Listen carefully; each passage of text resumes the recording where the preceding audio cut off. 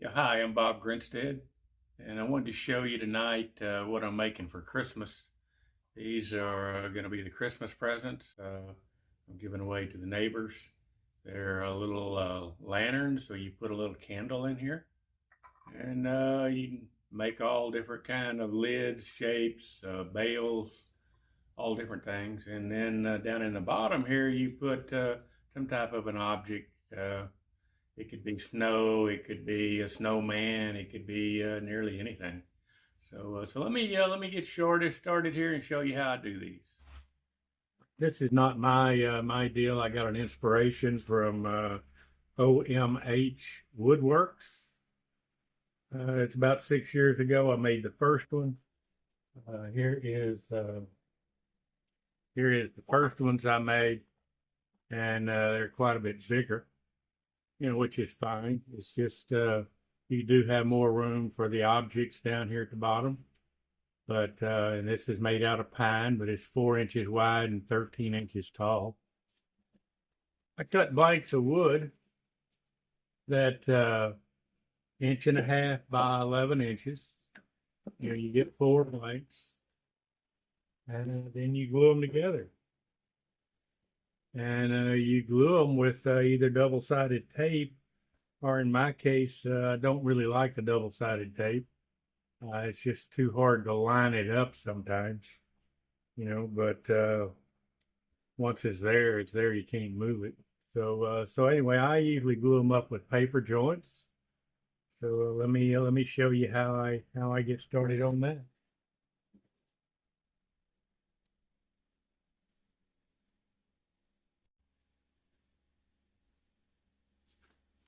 So all I'm doing is taking a brown paper bag from, where's this one from? From Brahms, and cutting it up into little strips of paper.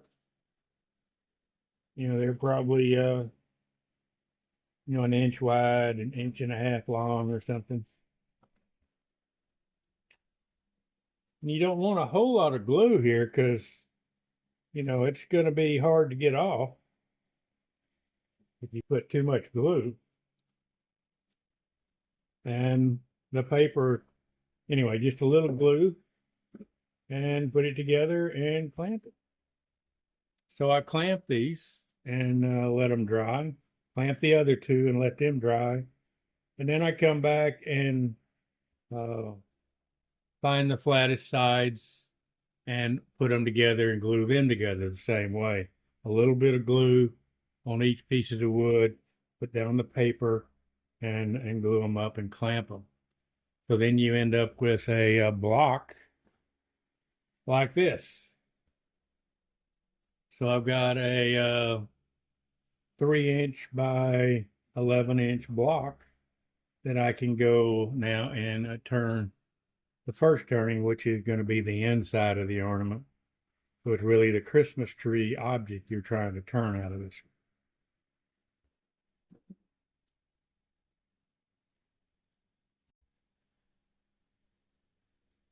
When you put the clamps on, don't tighten them up real tight. You just want to kind of snug it up to hold them together. You don't want that glue squeezing out everywhere. Again, if it does, it's really hard to get them apart.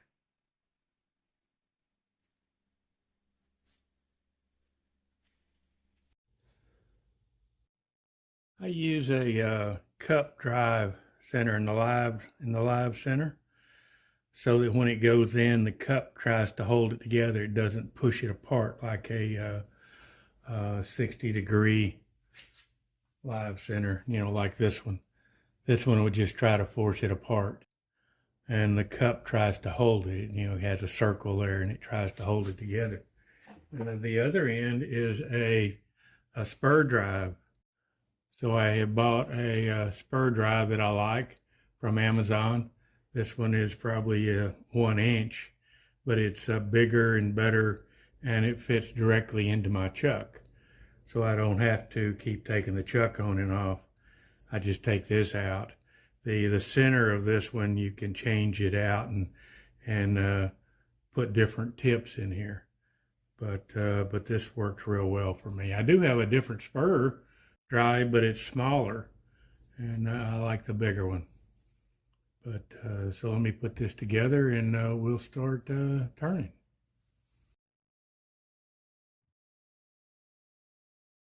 Okay, after I use an awl to, or in my case, an ice pick to open this up a little bit so the tip will fit down in here, then on the end that the spur drive is going on, I'm going to cut a slot in here on the bandsaw so that the spur drive will fit in here better.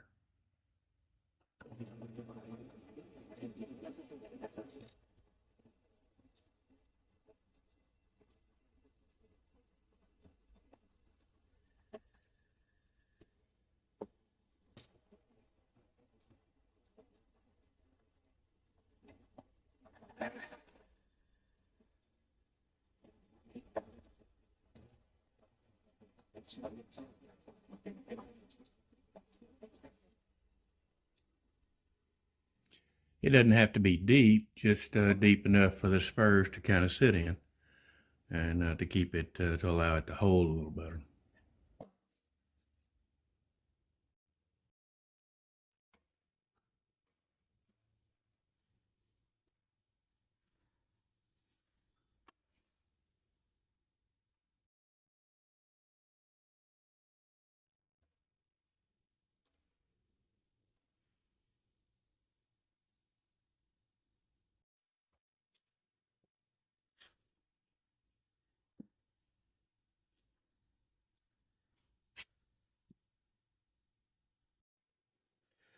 Okay, and the only thing that I want to do right now is to cut the object out. I don't want to put tenons on it. I don't want to mess up anything else here. I'm just going to lay out this area right in here where the tree's going to go and mark that off. So let me do that with a storyboard. So I have a storyboard that I've made up because I'm making multiple of these. And this little storyboard is laid out for 11-inch piece. There's 1.5 inches for the base. You could move it over a little bit so you have a 1/4 inch tenon out here, because you do want a tenon to hold it. And then the tree is 3 3/4 inches from here to here. It's marked off with the limbs, 3 limbs across here.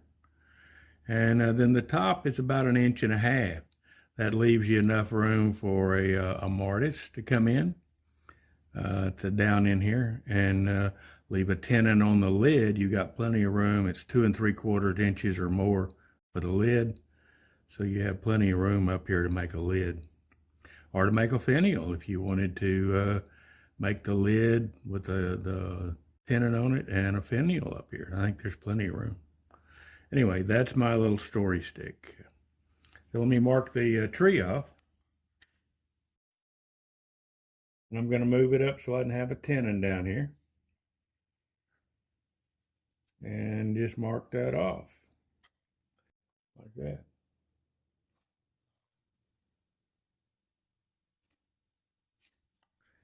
And let me see if I can still see it.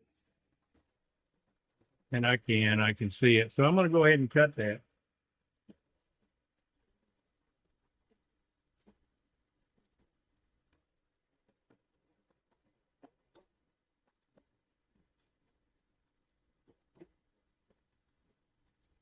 The first thing I do is I cut those marks in on each side with a parting tool.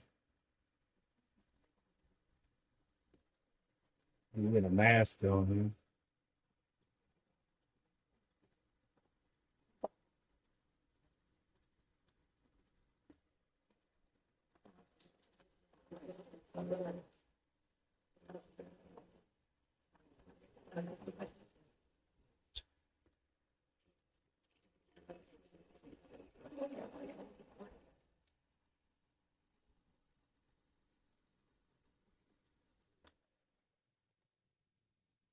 And I only want to go deep enough to where it's round. I don't want to go any deeper than just to make this thing round. You know, if it's not in the center, some of it's going to be a little deeper, but that's okay. It won't show. You don't really care. It'll be fine.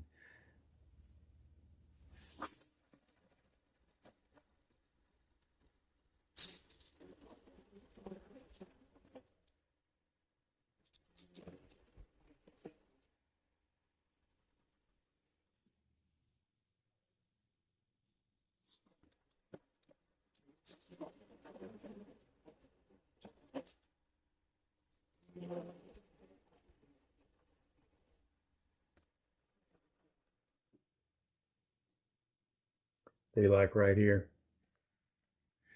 This side is almost round, where this side is in a little bit. That's in a little bit.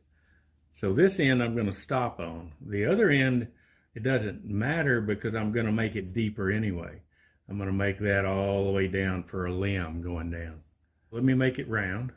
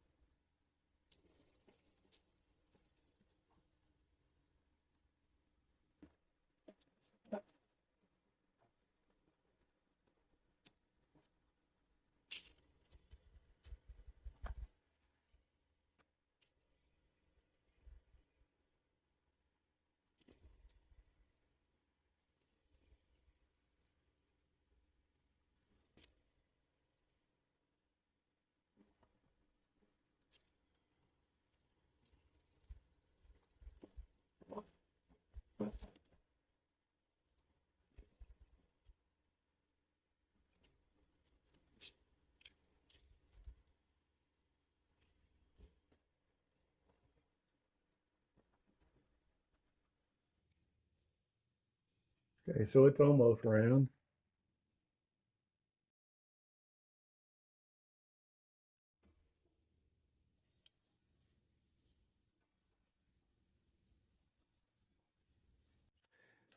Now that it's almost round, I'm going to mark off where the limbs are.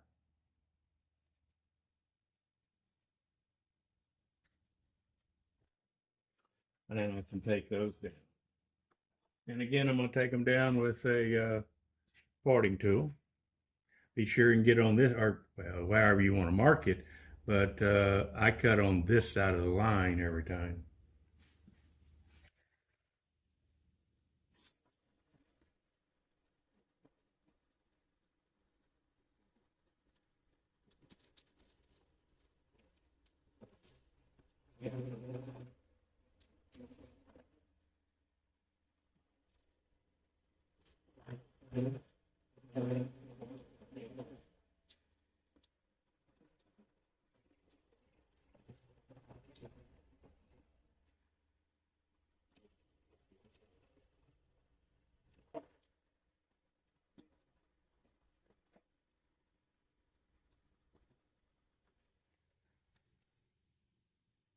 Well, I almost got those corners pretty bad, but they're inside, they're in the middle.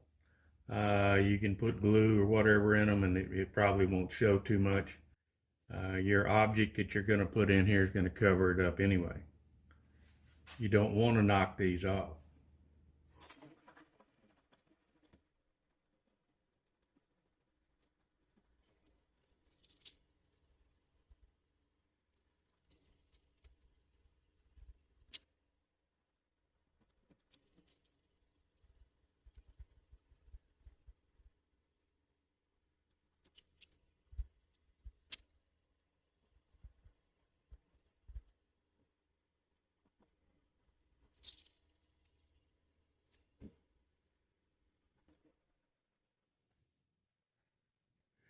This first one, I want to go all the way down to where it's about a half an inch, maybe 5/8 of an inch from this edge right here, because that's what's going to show on the outside. You're going to have that little piece on the outside. The rest of this you're not going to see because it's going to be inside and hidden back in here. So this part right in here is going to be hidden.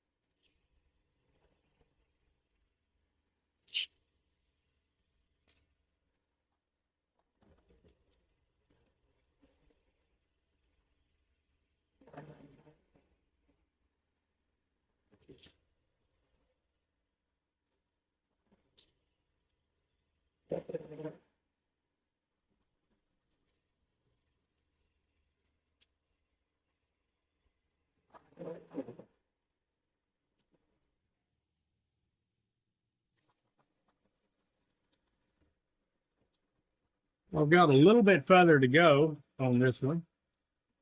And I work them to, kind of one at a time. But this bottom one, I definitely want it to be about 5/8 of an inch or a half an inch thick. And I got a little more to go, and I want that limb to actually bow in. I want to bow it.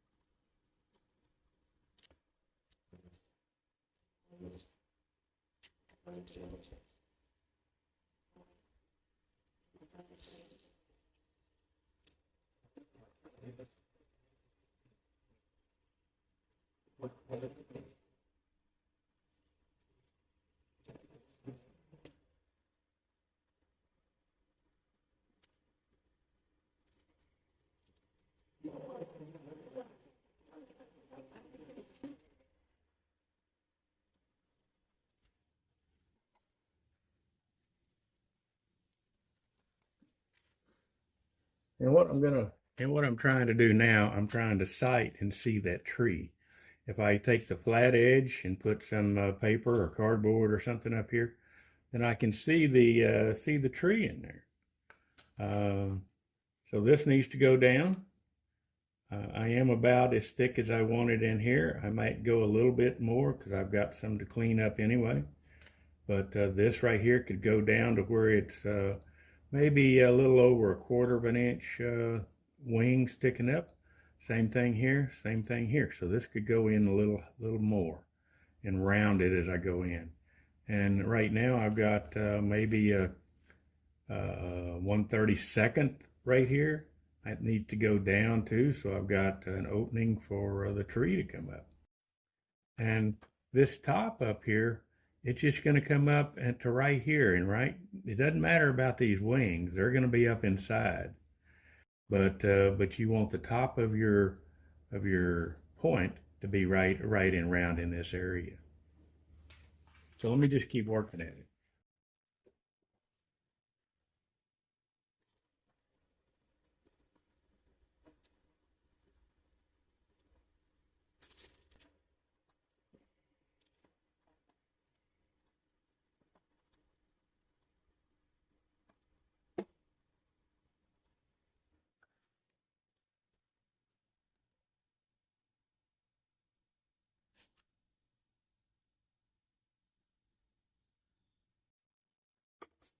Okay, it's not too bad, but it's still too high right here. So I need to take it down to where, again, it's about 1/4 of an inch, 1/4 of an inch, and 1/4 of an inch. It just opens the tree up and makes the tree wider.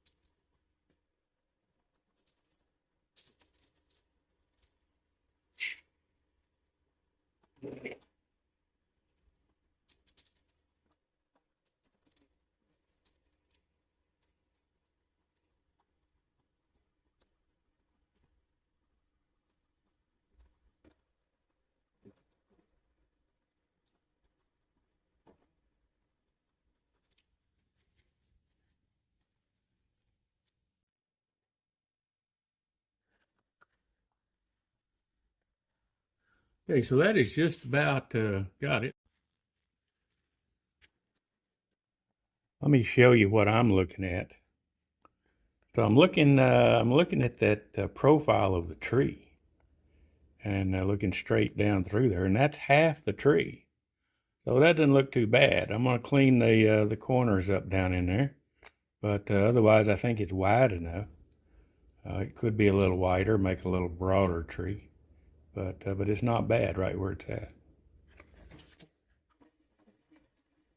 Well, this little tool is an easy wood tool. It's a very sharp pointed tool, so it can get a catch real easy, real fast, and it's a real killer. So you got to watch it.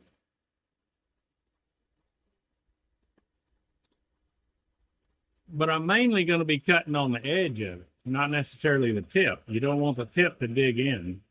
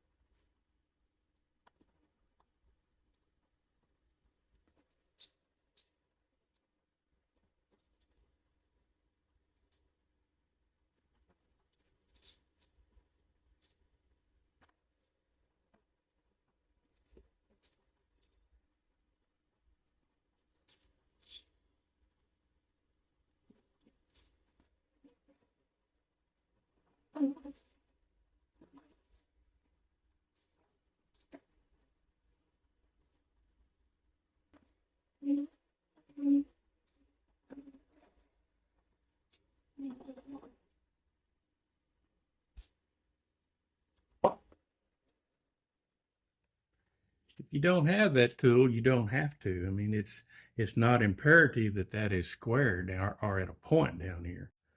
That's just going to be the outside of your limb, and it could be a little rounded. We're going to sand all this now and sand it up. I see these corners are pretty rough here, but like I said, most of that's going to be covered up anyway, so it won't matter. So let me sand it and see how it looks.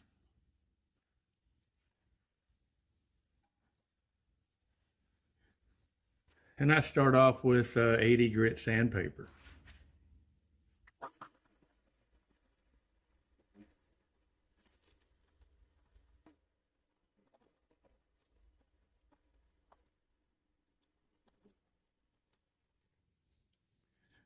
And get most of the big scratches out of it. You're not going to see a lot, even even if you do have some tool marks in here, because it's on the inside.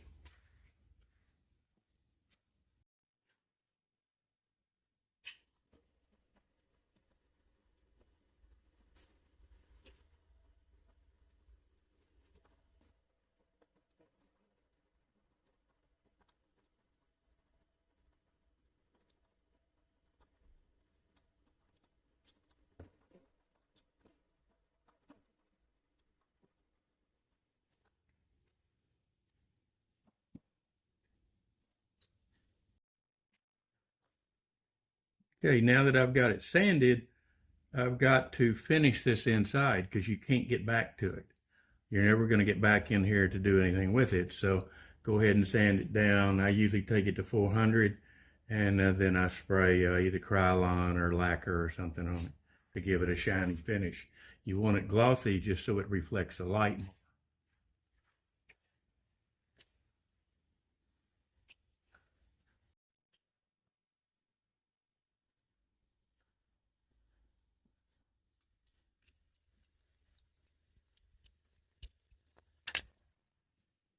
In this case, I'm using Krylon Cripple Thick, crystal clear glaze.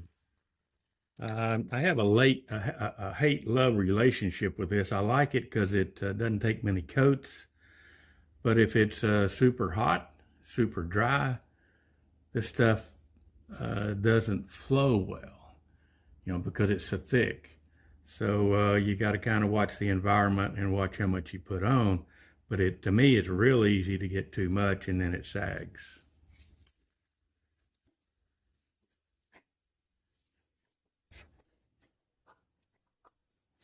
So I just put a couple of light coats on it. Usually 2 is enough. It's plenty glossy. You don't really see that surface. You can't see it unless you're looking all the way through it to the other side. And most of the time people aren't doing that. They're only looking at the outside and what's on the surface of this thing. So we're going to let that dry a minute, spray it again, and call it a day. I just wanted to quickly show you the differences here. Just slight movements or slight more turning on this really opens these up. You can see I can barely get my finger up in this one. This one here, I've got plenty of room to go all the way up here. So just, with your little paper that you've got on the side while you're turning it, the inside, just, you get just a slight more will really make a lot of difference in it.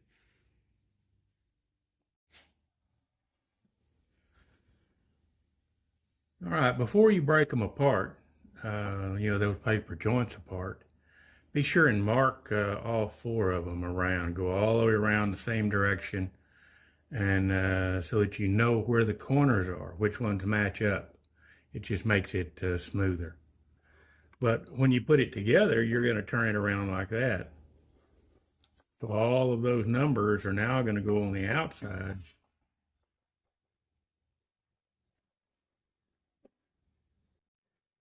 And then you'll see your Christmas tree in there.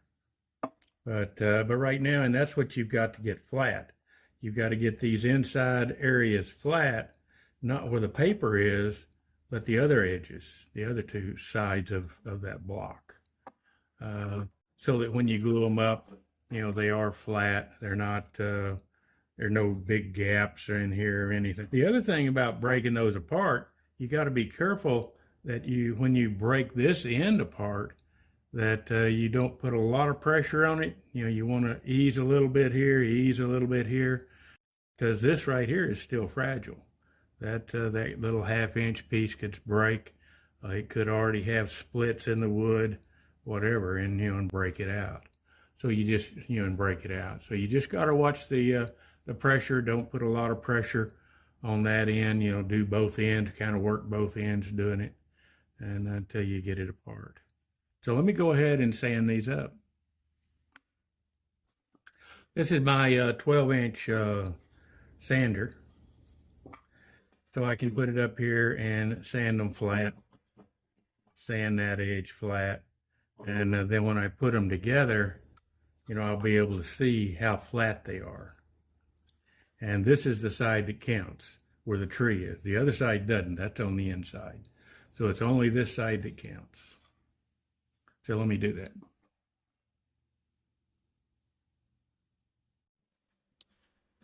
The other thing is when you sand these, you only want to sand these 2 sides at one time. You don't care about the other side, because once you get these blocks glued up, and again, when you glue them up, you're watching this. You want to make sure this is flat. You don't care about anything else, even this surface right here. That surface you're going to sand away anyway or turn away. This side you're going to sand down. So only sand up that one side and try to make that seam, flat. So there's no gaps in there. Just like this one here. You don't want to, you want to line it up and don't see any gaps. And that's what you want to sand. Just these two sides. You don't care about this side yet. Once they're glued up like this, then you sand these two pieces together and these two pieces together, so when they mate, they are flat. All right, so the first thing I want to do is to put a tenon on each end. Mainly it's just because I don't want to forget it. I'm going to cut this lid off, and I need some way to hold it, and I need some way to hold this in while I drill it. So let me go ahead and get the tenon on here. You can see, this crack. I wish it wasn't there, but it is. I think I'm just going to have to leave it, or maybe fill it when I get through here. But it's because I used not reclaimed, but resawed wood. This is out of a Bradford pear, so it's not your standard kiln dried wood. It's just out of a tree which has cracks in it.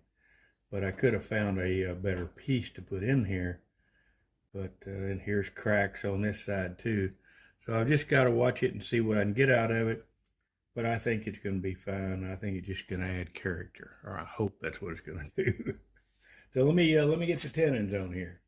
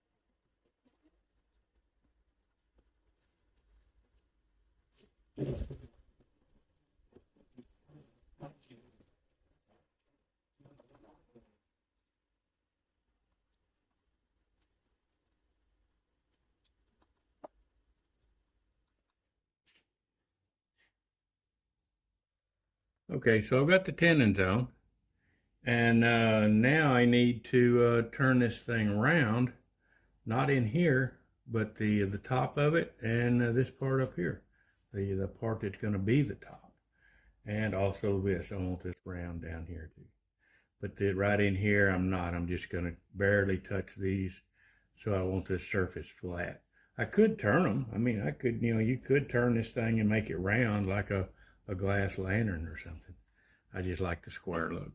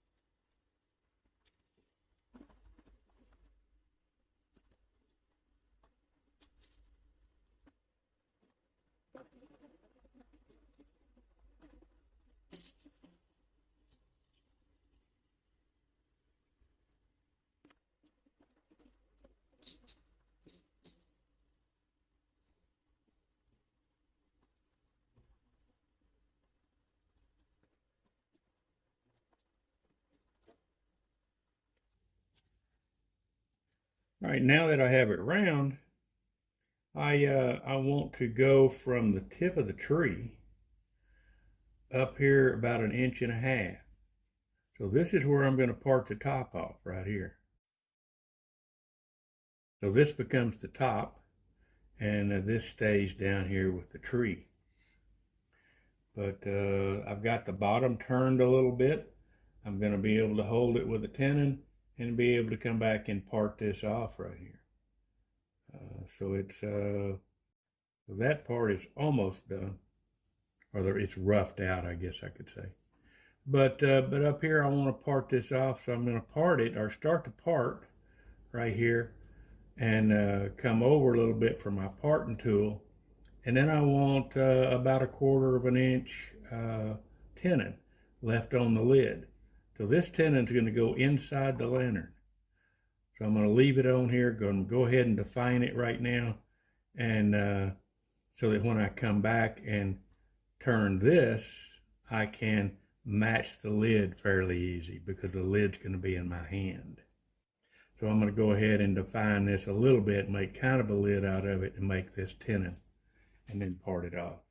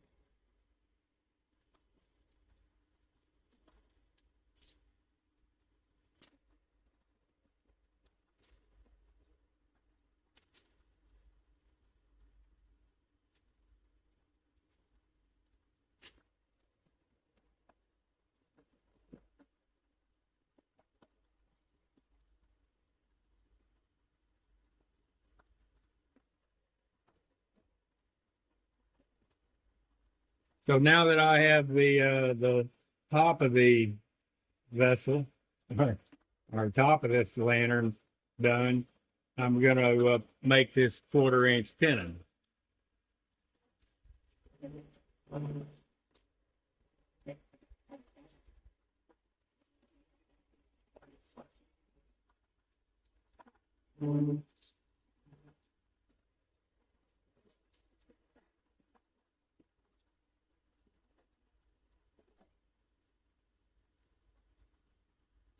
Then I can go ahead and shape this a little bit up here. I'm not trying to make a finial, so all I'm going to do is to go in a little bit, make a knob up here, so that I'm going to put those put that bail in it.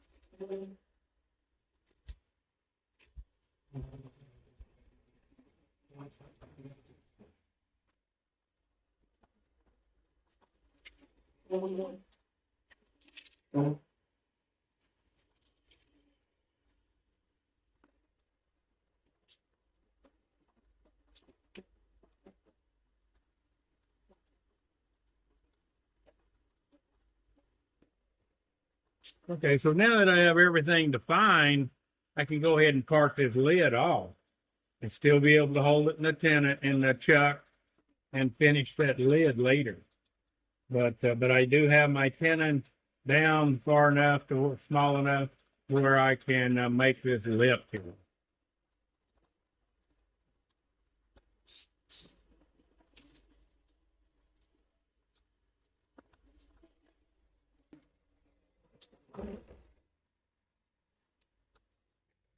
Well, I didn't want to go that far, but it's okay. It's all going to come out of it anyway. It must have broke down in there somewhere. Yeah, see, it broke out, but that's okay. So I'm going to put this in a chuck, and then I'm going to drill it on the drill press. If I drilled it here, you know, the normal thing on drilling is you have to hold the Jacob's chuck and crank it in. Well, that means you can't hold the wood because the wood's turning anyway. But this is the fragile part. See, this is already cracked. When it jarred off here, it cracked right here because this is the smallest parts. So you got to be careful when you're drilling that you don't twist this off right here. So to me, it's easier or better to put it in the drill press. And let me show you how I do that.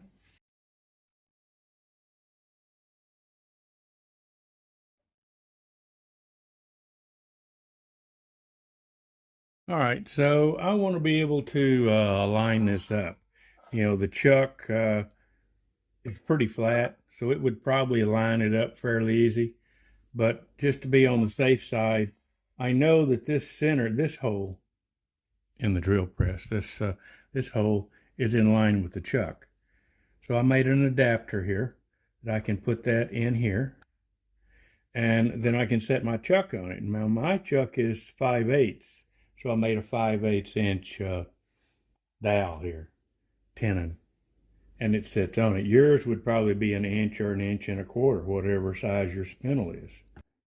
But that just sits on there, so it lines up this direction easily. You know, this side you can move to where it fits the, you know, you can look at this and you can see the center just by looking at the crosshairs here. So that's what I'm going to do is to line this thing up to where the crosshairs fit it. And right about there.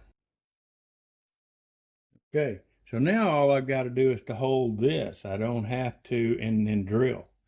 I don't have to worry about these splitting because I'm going to hold that.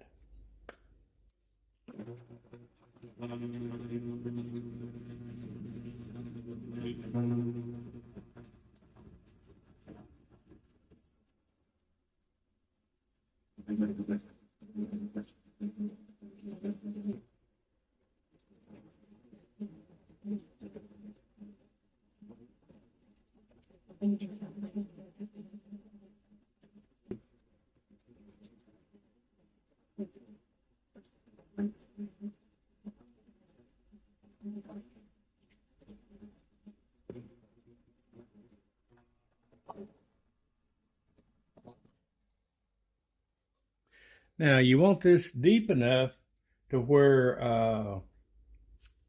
that little candle fits down in here.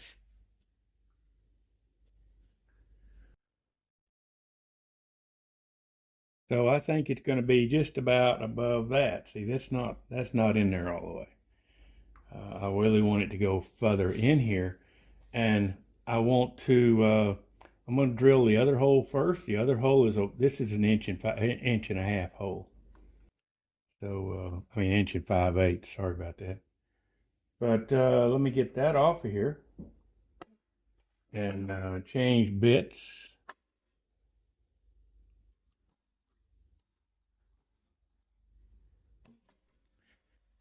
And I'm going to drill an inch hole.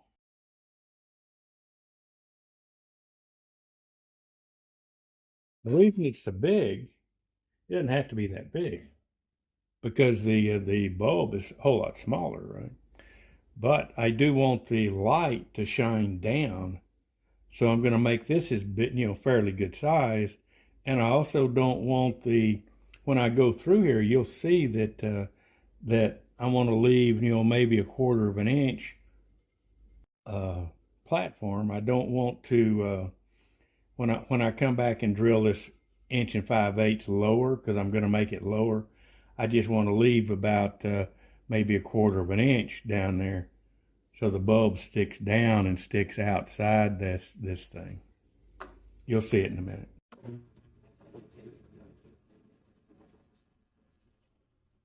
So this I'm going to drill all the way through.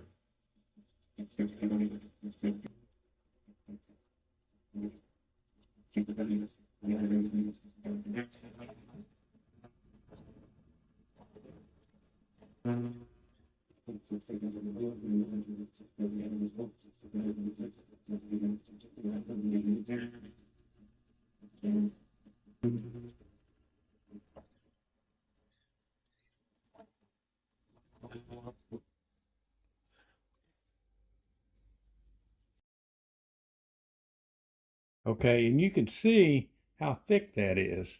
Well, I want the bulb to stick down a little further, so I'm going to go ahead and drill this 1 5/8 down further. So it still leaves about a quarter of an inch down there.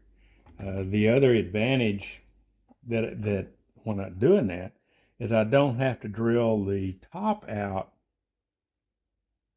so this would fit up inside the top. This thing's going to actually be down in here.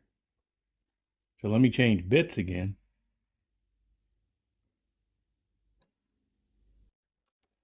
And drill it again, and we're going to drill a little deeper this time.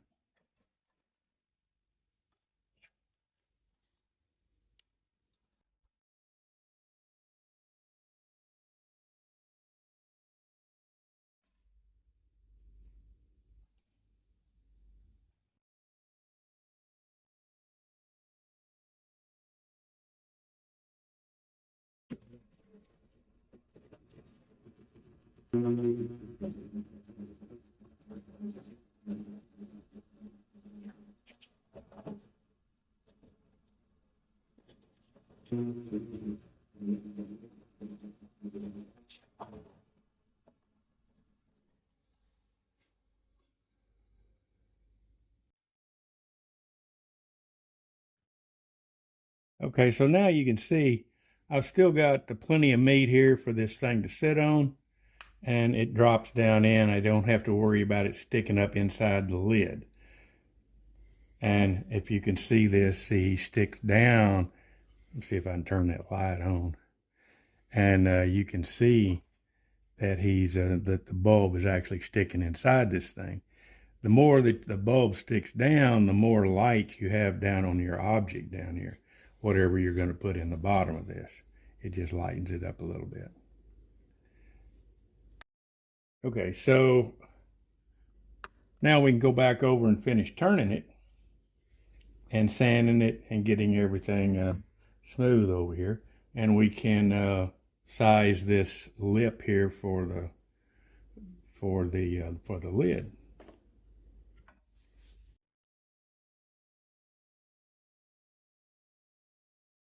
Thing is sticking out quite a ways, so I am still going to use tailstock support, and that 1 5/8 hole, I can still use this, or I can go back to a 60-degree live tailstock. Live center, but this will work fine. Just use it up here, and I don't want a lot of pressure on it. I just want a little, because I'm going to cut that out. I don't, all I've got to do is to size it for my lid and take it down, 1/4 inch, whatever that lid, that tenon I have on the lid. So I'm not going to have to take it down very far, but I still don't want it flipping out of here. So I'm going to do it here. I am going to put some light on it though.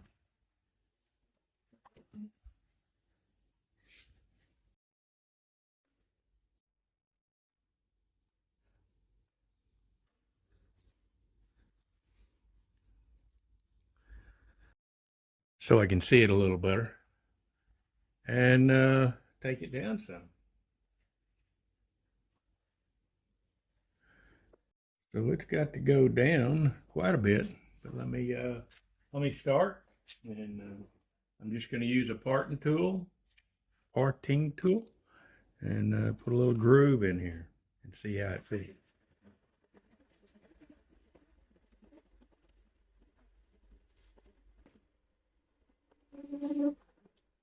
And I'm pretty sure it's going to have to be bigger than that,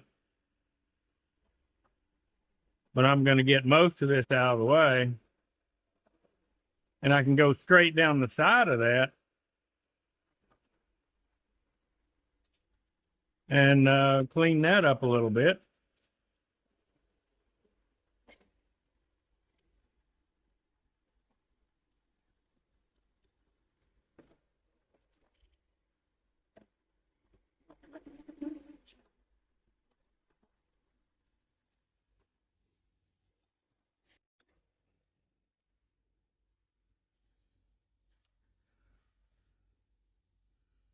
I have to remember which one is the tenant. Is it this one or this one? Anyway, that's the lid.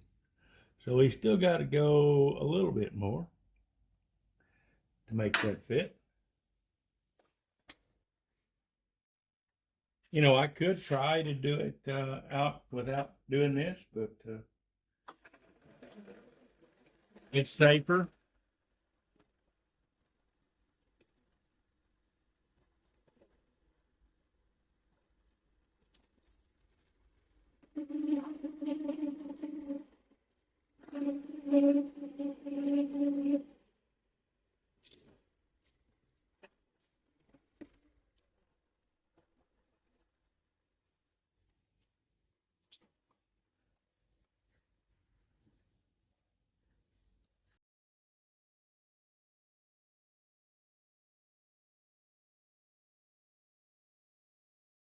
It's a little more than I wanted, but that's okay.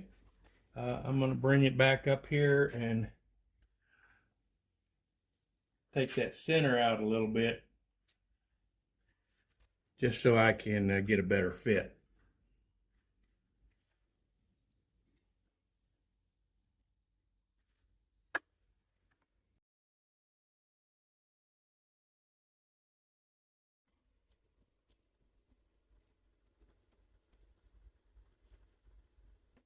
It moved quite a bit, so I really like the tenon on there. I mean, the live center on there.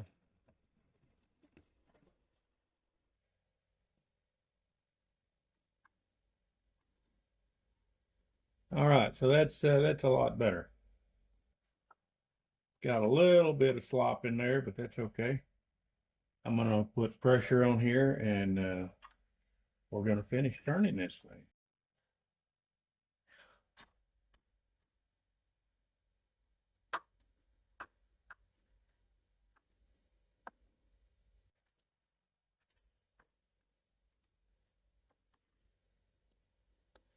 Let's see if I can line it up. Probably right there.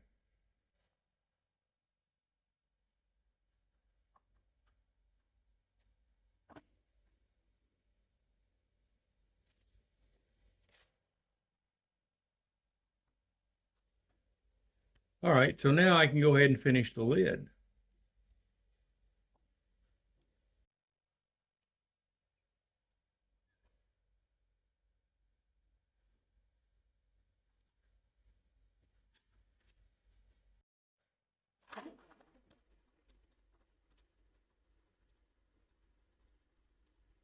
I said that I don't want to really finish that lid. I want to just kind of finish this curve right here.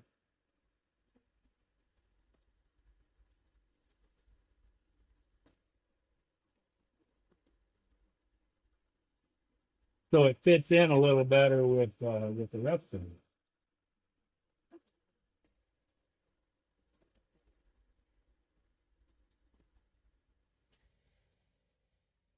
Okay, now I can sand it.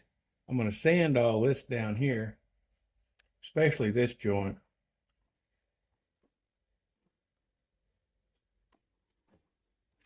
And hopefully I won't have to come back here too much.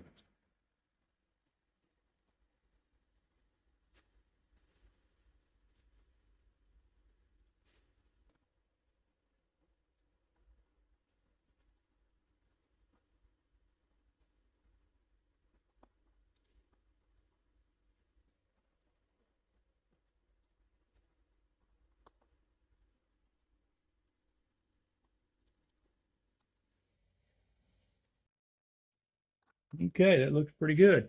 Now what I'm gonna do is turn it around and finish this lid up here on this end and cut it off, part it off.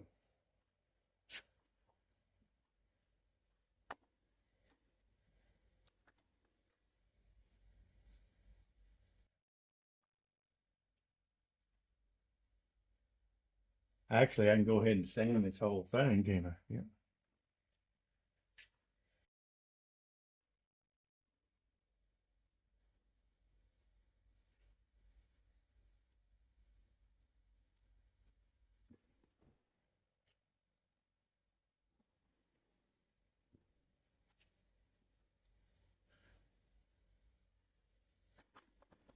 So I'm going to go ahead and sand this whole thing while I've got it here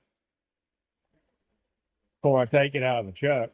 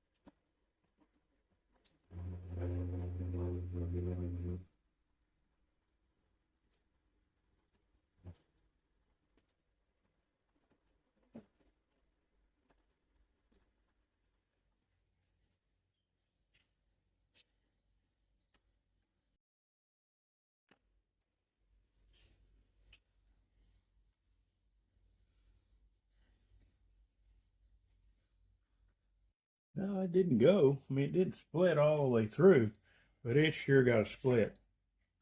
But I don't know. I mean, that just might add character to it. We'll just keep going and see what's going to look like when I get through here. I might put some sawdust in here and clean this up a little bit with a little CA, or maybe I just sand it a little more and sand this away. I'm going to sand this surface anyway flatter, and I could just kind of sand this away so you don't see it. Otherwise, I think it's probably pretty good, right? All right, so let me take this off.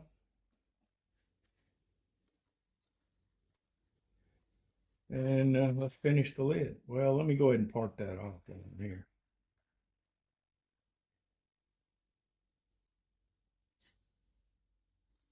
I don't have a whole lot to part off down here, so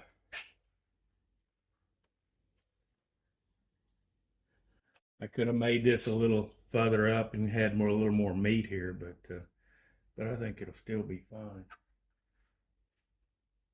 And all I want to do is kind of part it a little bit and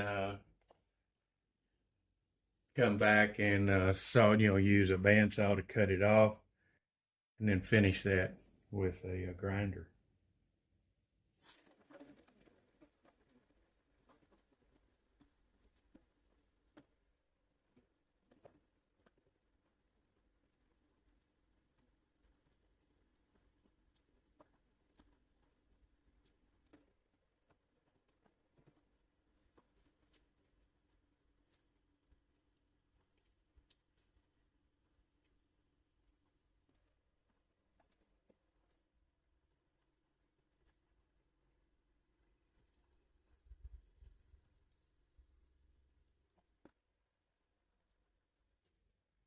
Oh, this thin parting tool is made out of a Sawzall blade, and it works great.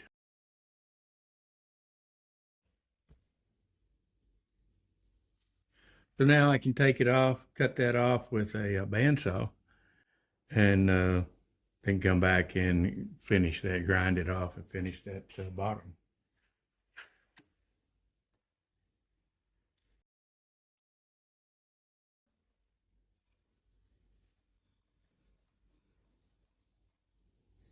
So you can see the thin little curve, but that's okay. The rest of it can come off here.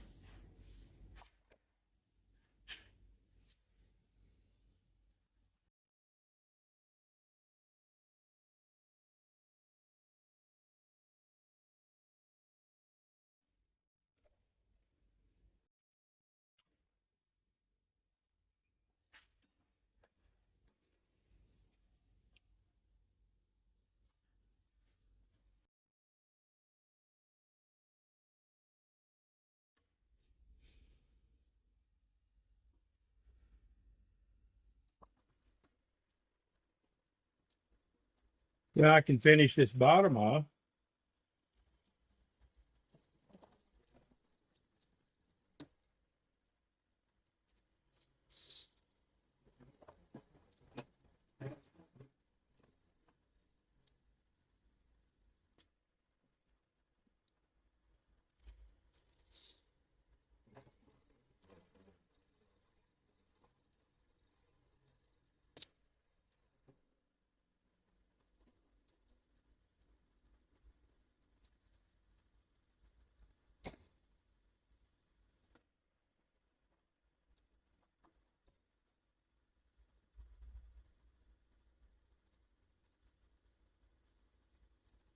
And I don't care that it's wobbling, because the only thing I'm going to turn is back up here. The rest of that I'm just going to sand.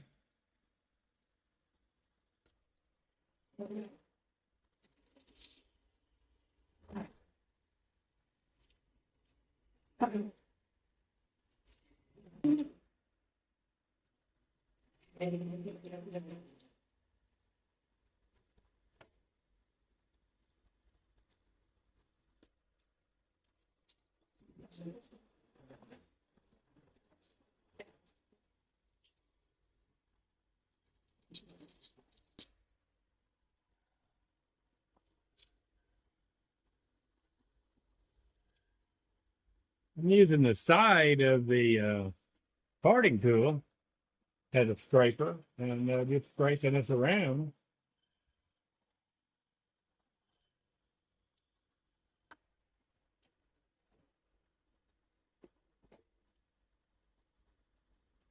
And then I'm just going to come back and sand over this.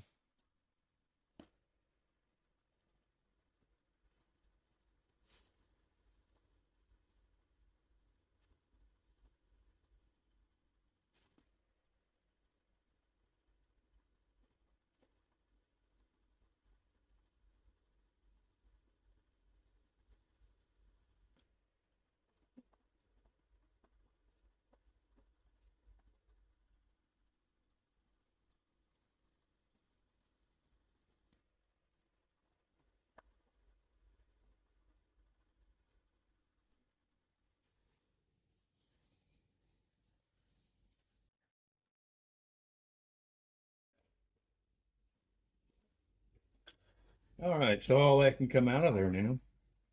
And I'll finish cutting that with the bandsaw. And got some cracks in it, but again, I don't think that's going to hurt anything. So let me finish that with the bandsaw and a little sanding, and then put a bail on it, and I think that'll be good. So to sand these, I either grind these things off, depends on how much is here. So I could grind this off. I cut it off, that little curve, so I was able to follow it pretty good, and cut that off. And the same thing with the lids, got some up here. And I can either grind this away with a grinder or a Dremel tool or whatever, or I just use it like an 80 grit sandpaper. But I do all this on the drill press, so that I don't have to move anything except for the piece. I can move the piece, and all of this stays separate. This is a little adapter that you can buy, so I don't have to keep undoing this to change grits. And all my grits are on these little deals that I have made.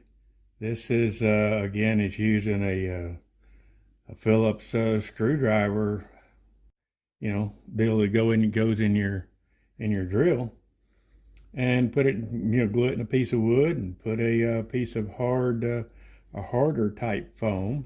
It still moves, but it's harder. This pink is a kneeling pad from the dollar store or something. So you use shoe goo. It's really made for shoes to hold the soles of a shoe together. But it's really got a lot of tenacity, I guess. It's really sticky. It dries good and hard, and it's still flexible, but yet you're not going to get it hot. The heat doesn't bother it, nothing. And then I glue another little pad, not a pad. This is Velcro, so I glue the Velcro on here too, on top of that. And then you buy these little interface pads. I think I bought those from Amazon. I think they were maybe, I don't know, 75 cents or 50 cents a piece or something. I've forgotten what they are. But then you put different grits on here. So I don't have to keep changing the grit. I can just change this. So I've got one of these for every grit, 80, 220, 340 or whatever, and 400. So I've got one for every grit.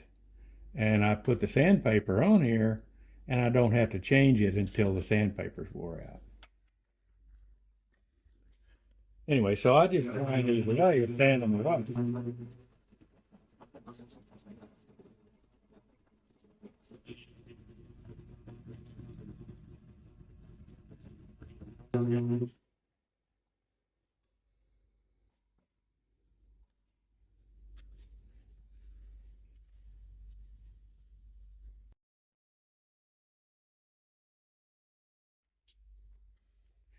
It'd help if I started out with fresh sandpaper. See, this is almost gone. I need a new sandpaper on here. But anyway, I just worked my way through the grid. Okay, I still have some sanding to do. I have sanded the bottom, sanded that top that we had. And, you've still got some rough spots here. But these I just sand flat on here. So let me get started sanding.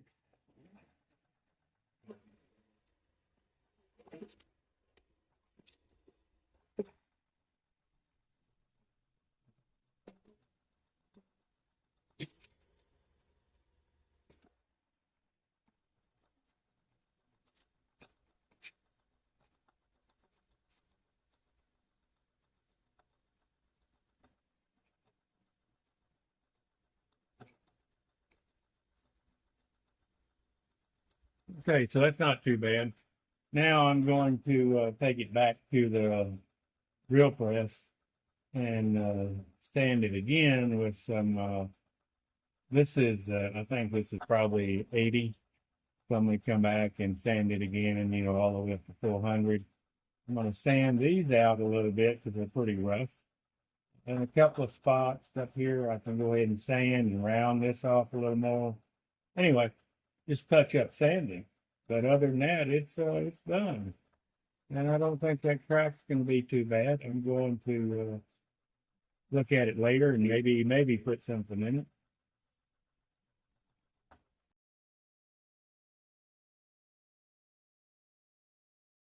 All right, now that I have it sanded, these are all sanded out and look pretty clean.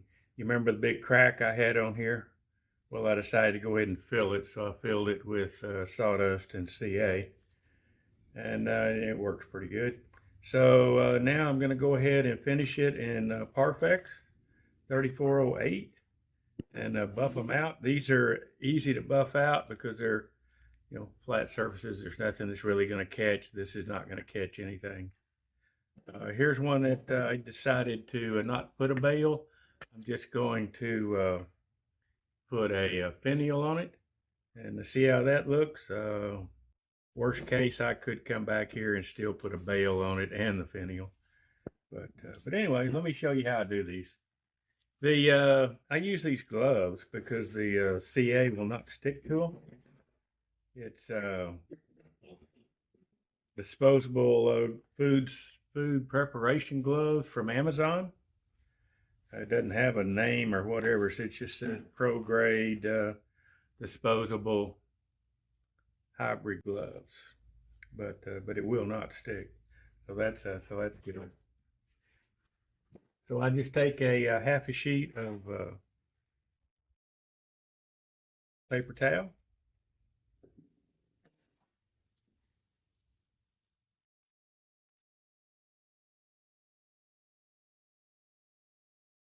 This is that Parfex 3408, and you just wipe it on.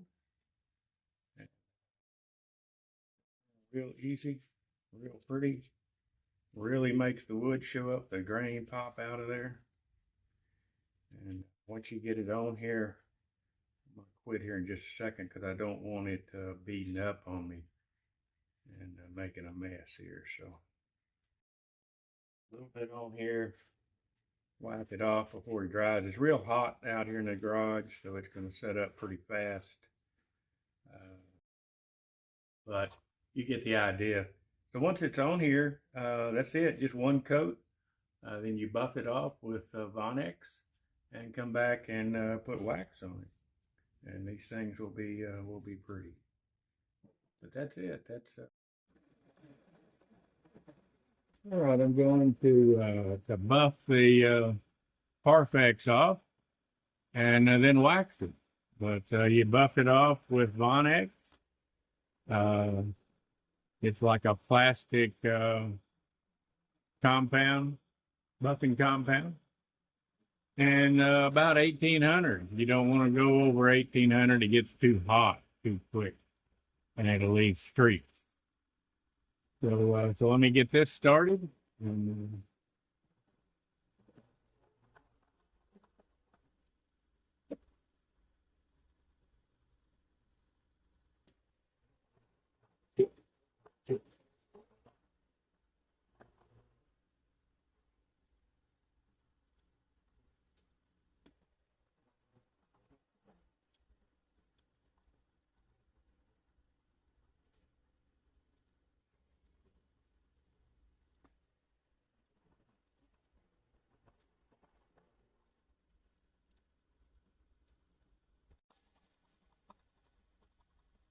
Okay, this time I am going to wax it with Carnauba wax. And that'll be it. As far as the finish goes.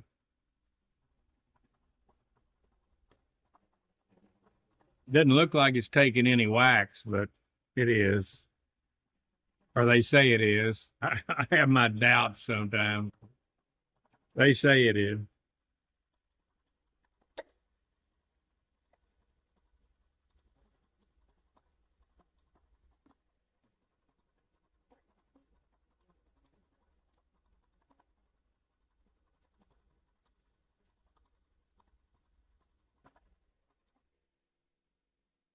Okay, what I have here is, I can't remember if this is an 8 or a 10, but it's pretty thick copper wire. So, but I like it for a bale. I like the thickness of it.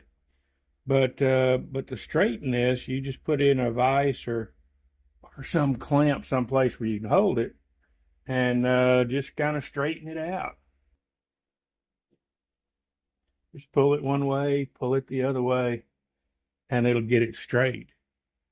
And then I take a piece of sandpaper 100, 220, whatever you want to do, and kind of rough it up. You don't really want to rough it up. It's more to take the oxidized coating that's on there off, so it looks a little prettier right now. And once you put the lacquer on it, uh, it should stay that way for a while, so it won't be too bad. And then I take that and wrap it around a paint can because it's about the size that I want.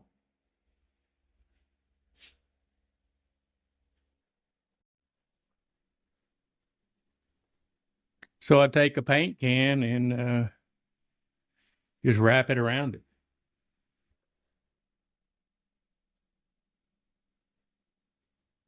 You can make any type of a handle that you want, or you might not even want a bail. But I just think it looks better with one.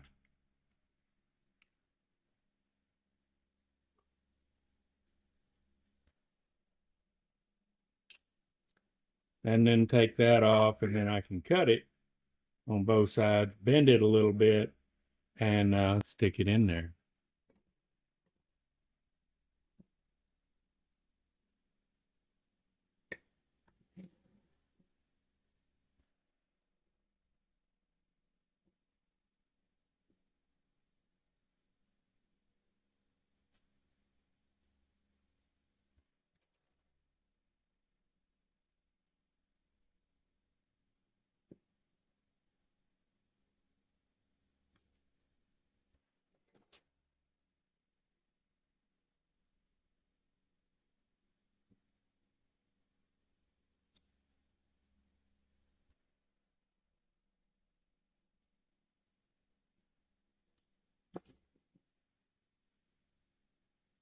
And then kind of straighten it out where it looks fairly straight.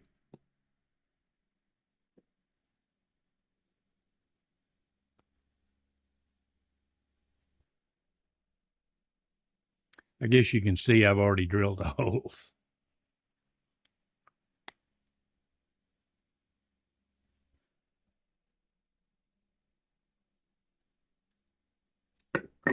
And that makes my lantern. So now the lantern is complete. It's got a little bail on top. You could make this any size you wanted it, any shape you wanted it, bigger, whatever. But these turn out to be great little Christmas gifts. They're fairly easy to do.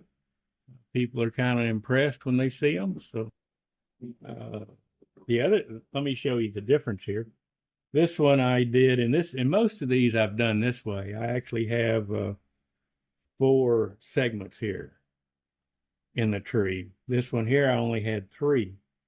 It doesn't make a whole lot of difference, except that the more segments you have, the more open it is, which means they can see more of the object or whatever you've got in here. Also, I think these could have been smaller. If you, instead of it being a 1/2 inch across here, or nearly a 1/2 inch, I could cut that down to a 1/4 of an inch and opened it up even more, and it would still look good. But anyway, that's how I make these.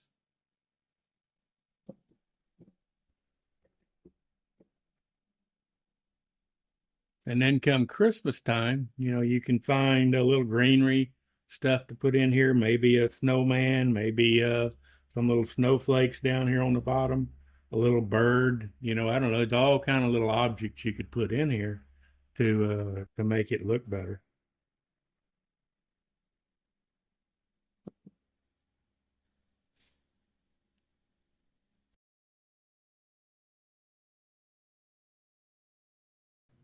Yeah, there you go.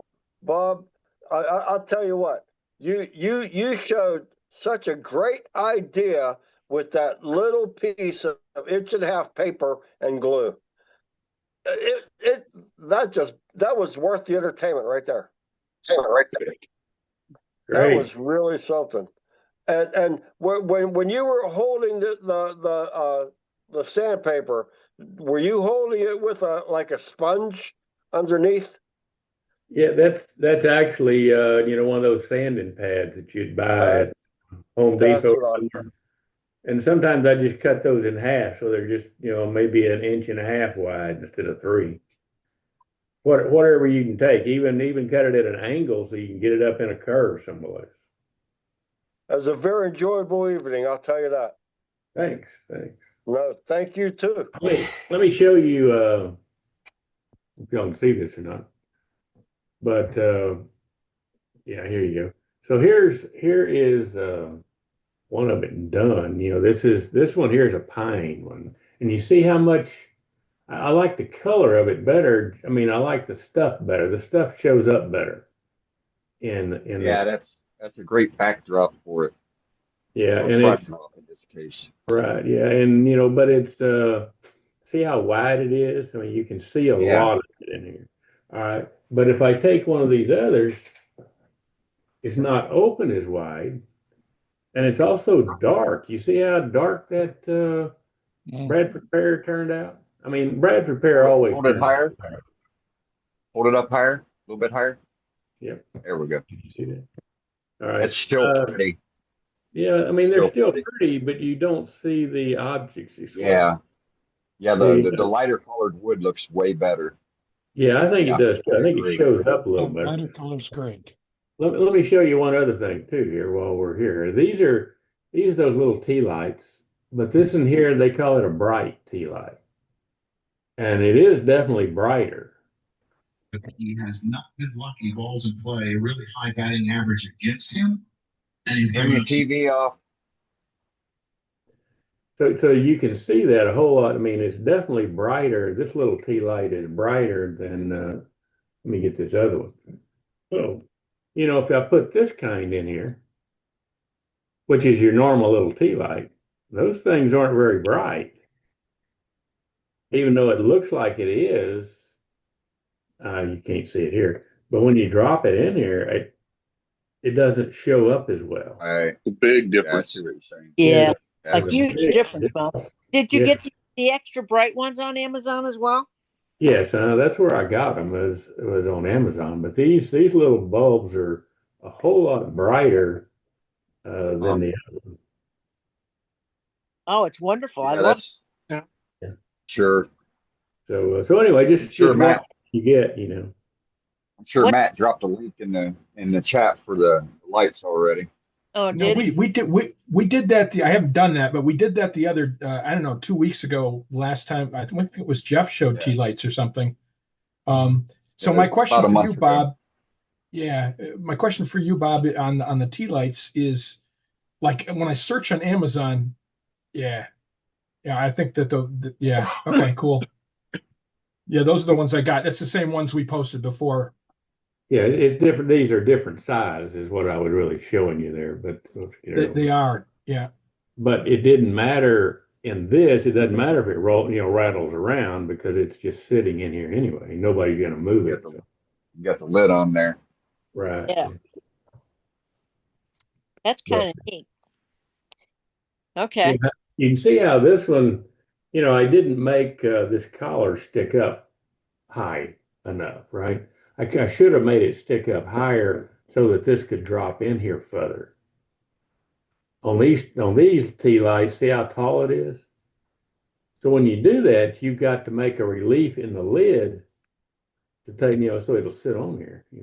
So it'll go up inside the lid. Okay. So anyway, you just kind of play with it and figure out what your tea light is going to be. But in this particular case, I didn't make this collar tall enough to cover that. Where on these others, they're taller and the bulb actually sits down in here further. Right, right. Yeah, if you don't like that one made out of pine, I got an address for you. Yeah, yeah. I really think pine ones, even though they're not as pretty a wood, but I think stuff shows up better. Hey, Bob, Yeah. I got some have you Norwegian ever, spruce that would work good for that. Bob, have you ever turned threads on the top of that so you can hang it? No, because they are pretty heavy. I don't know what you're going to hang it in. It won't hang on a Christmas tree. No. I'm thinking like from a from a beam or something like that, a porch Oh, beam or yeah. something. Yeah, you could, but it's just a lot more trouble. I didn't want to go to that to give Okay. it away. I made 9 of these things. I don't want to put threads in 9 of them. She would be an expert after that time. Yeah, I would.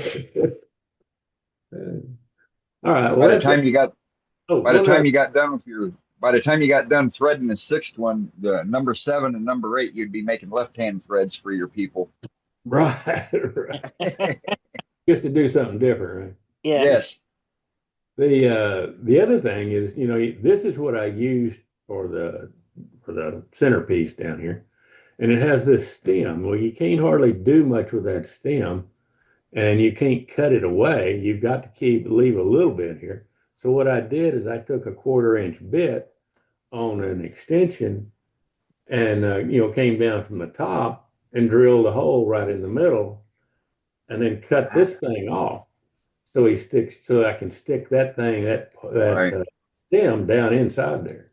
That's a good idea. And You glue it in? stuff you can't see it. So You glue it in, or is it just no, that good of a it's compression? glued in there. Okay.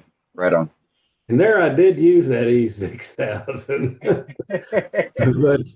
But if you want something to really stick, use that shoe goo. I'm telling you, if you want it to stay there and get hot or whatever, it's not coming off.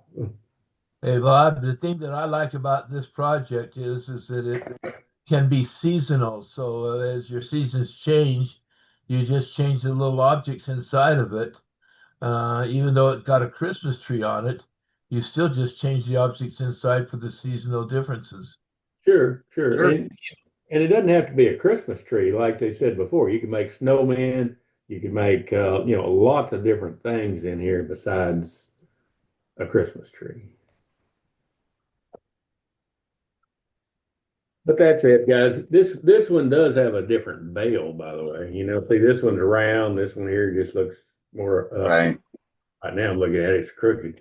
But anyhow, that you can make all different kind of things to make it show up. And That's not your crooked. bail, It's because you've been carrying it around and wailing on Right. Yeah, it. and and your here's the one that doesn't have a bail. That's the one that had a finial on it. And and it your turned, bail is just copper wire, is that right? yeah, that's all it is, a number 6, or 6 gauge copper wire. Okay. But anyway, here's this one. And this wood is really pretty. This in here is pecan. It didn't turn as Yeah. dark as the Bradford pear did, but still the stuff doesn't show up as well as in the pine. The pine makes it, I guess it is lighter, so everything inside shows up better. I guess I don't know, but it does definitely makes a difference there. You think maple Bleaching would of be the like wood would enough? be. Do what? Go ahead. Go ahead, Dane. Okay, so what I was saying is, bleaching of a darker colored wood would come in handy for getting that lighter colored wood. It might, but I don't think you're going to bleach it that much. I've bleached wood before, and it doesn't. I haven't ever got it to turn white, especially Oh, Bradford okay. pear. Anything you put on Bradford pear makes it dark. This is Krylon. I mean, the Parfex, but anything that you seal that with makes it dark. Or the Bradford pear we have down here. I've never had Bradford pear that didn't turn dark like that. Yeah. Would Poplar could be a good choice. yeah, would maple or Yeah. something like that work? Maple would be, Sycamore yeah, would probably be better than maple, just for the whiteness. yeah, something white. But if you get the white, do you get much grain? You Right. know, maybe you don't care. Maybe you want the lightness of the wood more than you care about what the Show off grain. what you're putting inside, and then the whatever the ornament feature is that you're turning. Yeah. Yeah, you got a point there. With them extra bright, If you were using sycamore and you made sure that you had the quarter sawn face sticking out, that grain would pop. Sure, that would Right. be, that quarter sawn Yeah. grain thing would pop. Yeah. Or Sure. you could just use a little bit of crackle like we learned earlier and make it Sure. very interesting. Yeah, go ahead and paint that thing. Make it sure. I mean, With there's those things you can do to spruce it up, I guess, or to change it. But with those extra bright lights, it would light up even the dark ones, wouldn't it? yeah, it does. With those bright lights, it still lights up even the dark ones here. Well, This. just thinking on the dark woods, what if you were before you put on even after the 3408, a whitewash? You would still get some of the grain coming through, but it would be a lot lighter. You might be. I mean, you might be right. I don't know. Just a thought. That bright light does show up. I mean, if it's sitting up on a mantle or something, you're gonna see the bright Right. light. Yeah, I really like them. Yep. Especially behind with the mirror behind it. Yep. I just ordered some. So did I, Dan. Or even painting the inside white before you turn it around That's and what I glue it would together. either paint it white or gold or something here. Yeah, I don't know what's going to show. silver. Yeah. A lighter Silver. Yeah. Silver. deal. Well, I That was. would reflect it. Yeah. Would reflect the light. Yeah. Challenge accepted. Who's going to take it? If you painted that inside a white color or a light color, it would show up real well. So Yeah. try. Very good demo. All right. Well, thanks. Yeah. Sorry Yeah, about all Was. great demo.